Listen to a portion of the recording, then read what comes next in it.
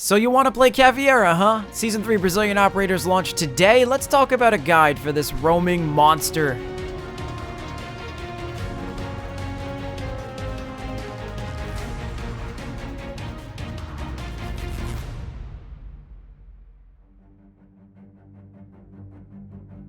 What is going on, guys? They call me Empy. Welcome to another video on the channel today. Today's video, we're going to go over a guide for Caveira, the new defensive roaming operator for Rainbow Six Siege Caveira. I definitely wanted to start with her since she's my personal favorite out of these two operators, but stay tuned. We got Capital covered in another video coming really soon. So now I've been playing Caveira all day since this shit dropped today, and I really wanted to get my hands on this Spaz 15 because in the past, some of the shotguns in Siege have arguably been overpowered. The Super 90 as well as the Spaz 12 have really been snipers in this game in the past. And I wanted to see how this gun stacked up to those two, and to my surprise, it's really not that bad. And that's in terms of it being overpowered, and I really don't think this gun is as bad as those two, and I think that might be because it's semi-automatic. Those other two shotguns are really pump action snipers. They shoot really far. The range is absolutely ridiculous, but if you choose to shoot this thing in this damn game, it's gonna act like the other semi-autos in this game, and that's primarily with reduced range, and that's what shotguns are supposed to be. So I think it's pretty well balanced. I don't really use it all that much. As you can see, it takes up a lot of screen space. The screen region is really blocked. It's pretty cluttered. I'm not really too much of a fan, but it works. It gets the job done when you're close enough, and that's one of the primary things you guys got to take into account. So your other alternative to this close range shotgun is this SMG, and admittedly, it's not the most aesthetically pleasing gun for some people. For me, it works really well. I think it's really cool, really small, really stubby, and I think it packs a punch. Admittedly, though, it has a super slow rate of fire, so if you're somebody like me that used to main Valkyrie on defense, that MPX had a super high rate of fire, so it's going to take some getting used to. You're going to have to be super careful where you aim these shots because they're not going to go down range as quickly, but it's important to remember that the M12 is an SMG at the end of the day. It's not an AR, it's not Fuse's AK, it's not Ash's R4C. Those hard, long-range shots are going to be very difficult to hit, especially since you can't equip any type of grip on this gun. They introduced the angled grip that lets you ADS faster, and while I think that would be an awesome attachment on this weapon, you can't even put a vertical grip on the damn thing either, so you're kind of stuck at those long ranges, so be careful with those shots. I do even believe you guys are going to struggle with that low rate of fire in close range, so if I had to give it an optimal range, try to use this bad boy mid-range, and if you have to go for those long-range shots, I guess practice makes perfect. Good luck on that one. Now, I've never been more confident in a secondary weapon in my entire life. This thing does so much damage, and as long as you have thumbs, you're probably going to get the kill while you roam and use this thing. In fact, you could probably use this thing without touching your primary weapons if you're good enough. So 16 bullets in the mag, integrated suppressor, and the ability to tread silently with this thing, you're basically an unstoppable force. The word overpowered is going around with this secondary weapon. I'll let you guys decide, but I love using it. I'm telling you right now. It's really as easy as point and shoot. Just have some thumbs and shoot away, boys. The best tip I can give you guys as far as interrogations go is just be aware. If you down somebody, don't rush in for the interrogation. Just look around first. It'll save your life, and it might even get you 2 interrogations. Thatcher comes down the steps. I shoot him with my M12, and we're good to go. I check to see if there's a second one, and guess what? There's a Blackbeard that's really not prepared. I'm assuming he thought I was gonna go straight for the interrogation. Caught him off guard, and guess what? We pulled off a second interrogation, and if the opportunity does present itself, wait for the first interrogation's timer to wear off. I believe it's something like 10 seconds or so. Wait for your enemies to not be spotted anymore, then go for the second interrogation, just so these two times don't overlap and you get the most for your team. In the heat of the moment, I understand it's very exciting to get an interrogation off, but I even had to stop myself too. I gave myself a little bit more time for the first interrogation's cooldown to wear down, and then I went for Blackbeard, so try to stop yourself just to give your team a little bit more time. Thank you guys so much for watching. This was my day 1 experience with Caveira, just a little bit more of gameplay tips and tricks on how to get you guys going with these interrogations, so please stay tuned for a Capital guide. It's coming out very soon, like I said. Please like, comment, and subscribe. I appreciate all you guys. The support has been really crazy lately. I have been Ampy. I'll see you guys on my next video.